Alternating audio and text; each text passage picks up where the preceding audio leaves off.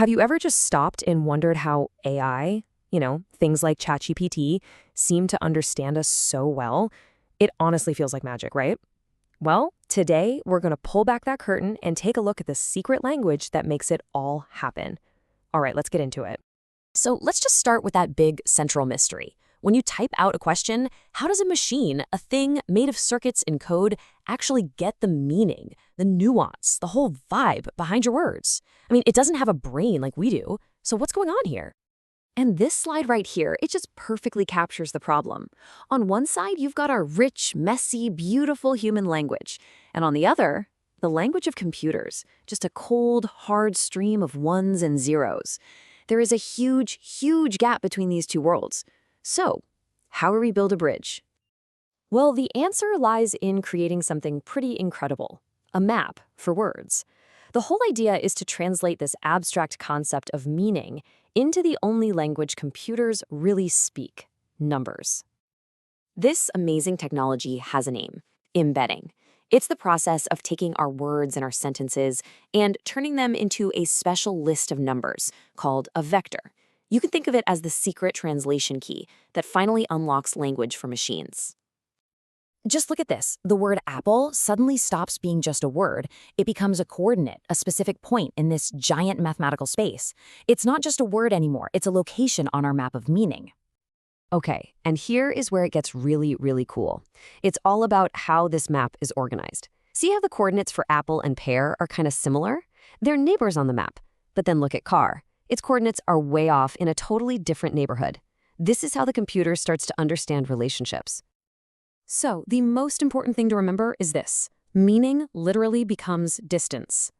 For an AI, figuring out how similar two words are is as simple as measuring how close their coordinates are on the map. It's just a beautifully elegant solution. Now, this all sounds great in theory, but how does the AI actually build this ridiculously complex map? It's not like a person is sitting there typing in the coordinates for millions of words. Nope. It has to learn the entire geography of language all on its own. And it's a pretty fascinating three-step process. First, every single word just gets a basic ID number. Then, and this is the big part, the AI reads a massive amount of text. I'm talking books, articles, the entire internet, and it just pays attention to which words show up next to each other. Finally, it uses all that context to constantly tweak those number vectors, nudging words that are used in similar ways closer and closer together on the map. And the result is absolutely mind-blowing. Because these vectors capture relationships, you can actually do math with words. The classic example is this.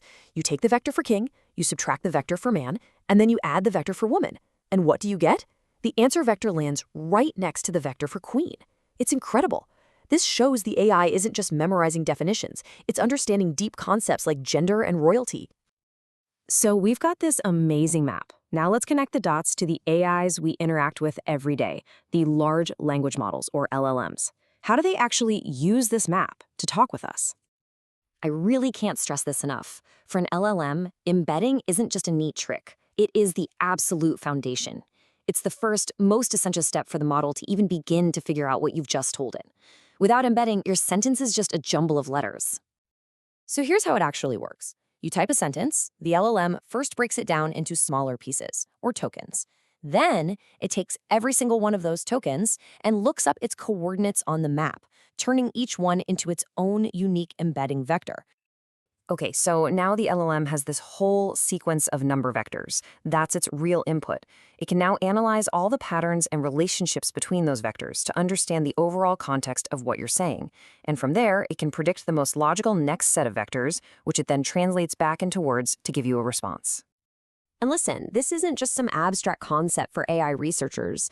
Embedding is a technology that you are almost certainly interacting with every single day, and you probably don't even realize it. Just think about it for a second. When you type something into a search engine, it's not just matching keywords anymore. It's using embeddings to understand the meaning of your search to find articles with a similar meaning. When a chatbot gives you that perfect answer, it's matching your question's vector to its database of answer vectors. And when Netflix or Amazon recommend something you actually like, it's often because they've mapped your tastes as a vector and are finding items with similar coordinates. Seriously, it's everywhere. All right, so let's bring this all home. We've covered a lot of ground here, right? From that fundamental problem of humans and computers speaking different languages to this elegant solution of a word map. So, if you're going to take anything away from this, let it be these 4 points. What is embedding? It's a list of numbers, a vector, that stands for meaning. Why do we need it? So computers can finally understand what we're saying. How does it work? By putting similar ideas close together on a map.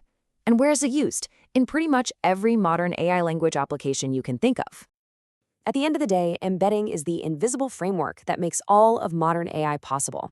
It's that crucial bridge between our human thoughts and the computer's calculations. So the next time you're amazed at how an LLM can understand you and talk just like a person, you'll know that right at the very heart of that incredible magic is the secret language of embedding.